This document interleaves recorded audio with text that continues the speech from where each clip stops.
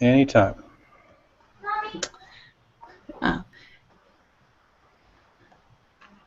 We're ready for a heart-to-heart conversation today on Wells Tech. Excited to have two bloggers from the Heart-to-Heart NPH blog joining us. We have Wendy Hine and Ann Jans. Maybe we'll just take a moment and say hi to both of you and learn a little bit about each of you. So we could start with Wendy, if you'll tell us a little bit about yourself.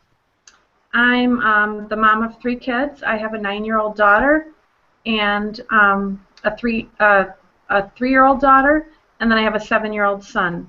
And my 7-year-old has multiple disabilities. So. Oh, you're a busy lady, I bet. And I stay home with my kids right now. Awesome. Very good. And you're there in the Milwaukee area?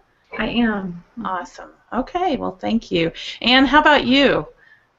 Sure. My name is Ann Jans. I'm from Richfield, Wisconsin, and I also, like Wendy, have 3 kids. Mine are a little bit older, though. I have 3 boys. One is just about to turn 17, and then I have an 18-year-old, and I have another son who's 20. So they keep me busy, but probably in a different way than Wendy's kids do right now.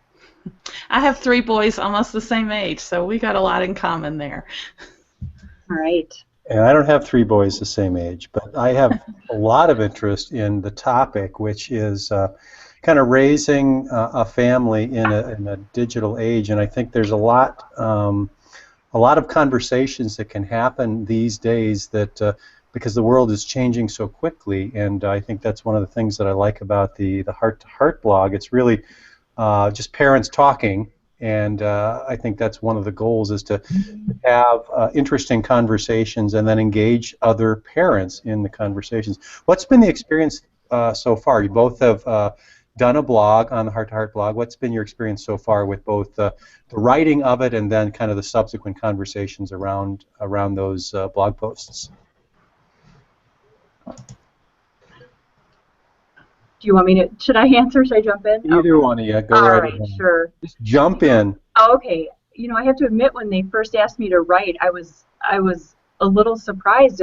Sometimes you think if someone asks you to write about parenting that you need to be a parenting expert, but that must not be the case, because I'm definitely not a parenting expert. So I was very humbled and privileged to be asked to write, and it was an interesting experience. And I don't know if Wendy found the same thing, but I almost struggled, despite what I thought, putting my thoughts into a limited amount of space. I probably could have written a whole lot more, but I think what was hard is there's so much to write about and so many feelings that parenting evokes. So just keeping your blog to maybe 500 words or so was very challenging, but it really helps you to examine kind of how you feel as a parent, where you're at in your parenting walk. And it was a neat thing to be able to do. And I think what's nice is about the parenting blog is that we are really starting a conversation. And I think we're getting across to parents that it's okay if your kids aren't perfect, and none of our kids are perfect. And it's okay if you don't quite know always what you're doing and how to do everything. I think we need to build each other up as parents and show each other that it's okay. It's okay if something's not going quite right in your life and with your kids and your parenting journey, but we need to be there for each other. And so I think it really has started an open conversation where parents can talk about some of these issues in a supportive and caring and Christian way. How did you figure out what to write about? What was your first topic, and what caused you to think about writing about that? Well, I think the topic that they asked us to write about, technology and how to parent in the digital age, was something they asked us to write about. And Nicole Balza, who works for Forward in Christ, always asks if that's a topic that resonates with us before we write about it. And it definitely did, because technology is something that we really can struggle with as a family. And just as this world is changing so quickly, and technology can be so good, and there are also so many pitfalls that can come with technology. So that's how we were asked to do it, and it really did strike a chord with me. Okay. Wendy, how about you? What's been your experience so far? So the first topic that I wrote about was the March one coming up, the one about keeping Christ as the center of your home. And for me, that was a topic that, of course, is on my mind a lot as a mom with little kids in the house. And having a child who's nonverbal, who doesn't talk, that's even kind of a different topic in our home, too. So it's, for sure, it's something that I felt like I was excited to write about. The next topic that she asked me to write about, though, was one that I felt a little bit inadequate about. And so I did decide to go ahead and write about it. And it definitely, it's something that makes you think, and it really, it was a good chance for me to talk with other friends, ladies in my Bible study, about and really explore the topic. So. And what was the topic? My second topic was I'm sorry, You're parenting at the same time. That's sorry. Okay. That's allowed. Yeah. And encouraged. Yeah. I definitely can relate. I'm sorry. Go ahead. Does this go on live? No, No. we can edit it. Yeah. Okay. Does my next topic is going to be about overparenting and if we overparent as parents. So it's do we that sense of helicopter parenting and how our society kind of lives in fear and is always wanting us to be every minute with our children, and it's the topic is going to be talking about if we overparent, and I felt really like that's a struggle for me, balancing if I'm parenting enough, overparenting, am I, and also how other people perceive that. So that was a topic that I actually hesitated to take it because I thought, ooh, I might not be the right person to be writing about this. But when I have shared that with my Bible study ladies, they said, well, I think that probably that means that you're the perfect person to write about it because every parent probably feels that way. So Definitely can strengthen those bonds when you just have someone in the same boat as you and that, faces those same struggles. I kind of smiled when you said you feel unprepared because I think I've been doing this podcast for 7+ years and it's a learning experience. You have to just look at it as an opportunity, not that you're going to be the expert all the way around, but that you can grow in the process. So that kudos to both of you for taking it on. And I loved that your first article was about texting with your sons and using technology in the family, and my boys are right at that same age where technology is a big part of their lives, and I'm just wondering if that can be used in a positive. Is there room for technology to assist with parenting? Yeah, I really do, and but it kind of what you alluded to. I think it needs to be used in the right way and to be used very carefully because technology permeates everything we do now. The advent of social media has totally changed the way people communicate, and it's changing so fast. So anything we put out there in technology these days is kind of out there for the world to see, and it can be a good thing, it can be a very dangerous thing. So I think with our parenting and with our kids, we're just very cautious of how we use the technology, and but we do find that our kids sometimes communicate better via the technology, and I think it's because of the way they were raised in the world in which they were raised. It's almost like they're born now knowing how to use this technology, where it's not something that we grew up with. Mm-hmm. But I think we do have to be so careful, and we caution our kids to be so careful too, that what they put out there, that is it God pleasing? Does it build other people up instead of tearing them down? But we really do find that something as simple as texting or email or chatting with each other on Facebook is a really nice way to communicate with our kids because that's where they're comfortable.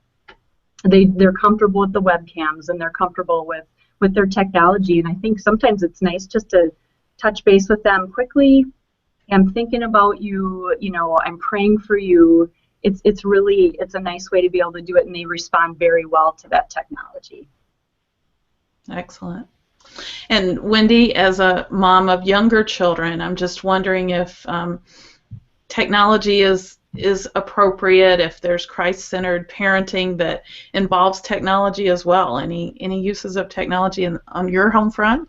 Well, I think for us, we're a lot of times trying to limit the availability of technology, but it's part of everything that our kids do. So it's, I mean, it's just there all the time. So again, very similar to what Ann said, but trying to already now, as they're little, instill in them that we want all the things that we do to be God-pleasing, all the things that we expose ourselves to, and we want our use of time to be God-pleasing. We want to be choosing to engage with the people around us, to really be with them, with our family, not to be checked out on a device. And that's already at this age something that my 3-year-old can't answer you when she's playing certain games. She just can't. She can't function. And we have sort of a double standard in our house for technology, because my son can't calm without his iPad, and he has a communication device that uses eye gaze to communicate. So, like how your hand would use an iPad, he uses his eyes to talk. So he has unlimited access to communication, or to technology, and my girls are always on, you know, a kind of a short string with it.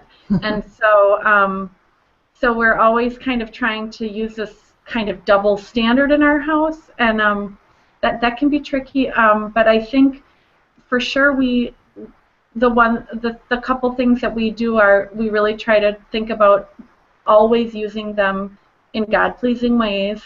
And then also there are some really awesome apps with devotions. There are some really awesome apps with interactive Bible stories where they tell you the Bible story.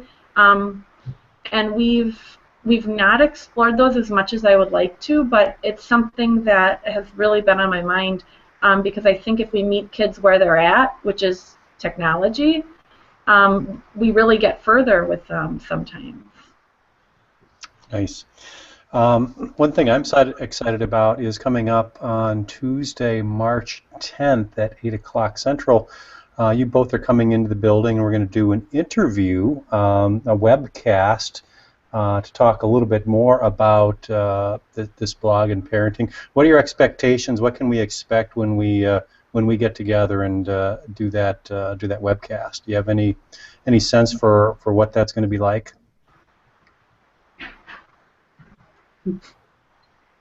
Either Wendy, one. do you know? Do you want? You know, I'm excited to get together with some of the other bloggers, and to the topics have been so. I feel like it's been interesting every month to see that we're all kind of given the same topic, and then when they come out in the blog or in the Forward in Christ, there, we each have such different takes on it. I think it'll be exciting to hear the conversation that happens in person. I'm really excited to hear the takes of the other bloggers, to hear where they're coming from, to get to know them a little bit. I agree, Wendy. I think that's really neat, and I think you really summed it up well. I think, you know, you're kind of in an age where you have younger children, and one of the other people that's coming in, he has kids kind of in the middle school age, and then my kids are a little bit older. So I think you're right. I think we're all kind of in different places in our parenting, and so our perspective can really be different on some of the things we'll be talking about. But I think it'll be neat to kind of start some of those conversations and just get all of our different takes on maybe the same topic, because you're right. It is amazing to me. I like it how they give us one topic, and how everybody addresses it is so incredibly different, just based on their experiences and their backgrounds and what's going on in their home. I love that. I think it's really exciting. This seems like to be just kind of another dimension or another flavor of the entire focus or purpose of the blog is to begin a conversation, and this just happens to be kind of in real time where we're going to live stream it, invite comments, and do an interview. But that's really, I think, the goal, right, of the blog, is to start a conversation. You both admit that you're not experts, but you're willing to engage in the conversation and kind of figure it out together, right? That's what I really feel like the blog has, because it always gives a few perspectives, it really eliminates that idea of the expert parent telling everyone else how to do it. And it really, I think the real crux to parenting is that even within our own homes, the same things don't work for every kid, even within the same family. And so I think it's this idea that there are lots of perspectives about godly parenting and lots of ways to go at it, and it's just so exciting and really beneficial to hear the perspectives of parents who are at different places in their age of their children, who have different situations, who have just totally different experiences, totally different kids. So it's really exciting. Yeah, I agree, and I think what's really nice too is that I think sometimes we feel like because we're Christian parents, we should kind of have it all together, and we should know everything, and our kids should be perfect and they should be good.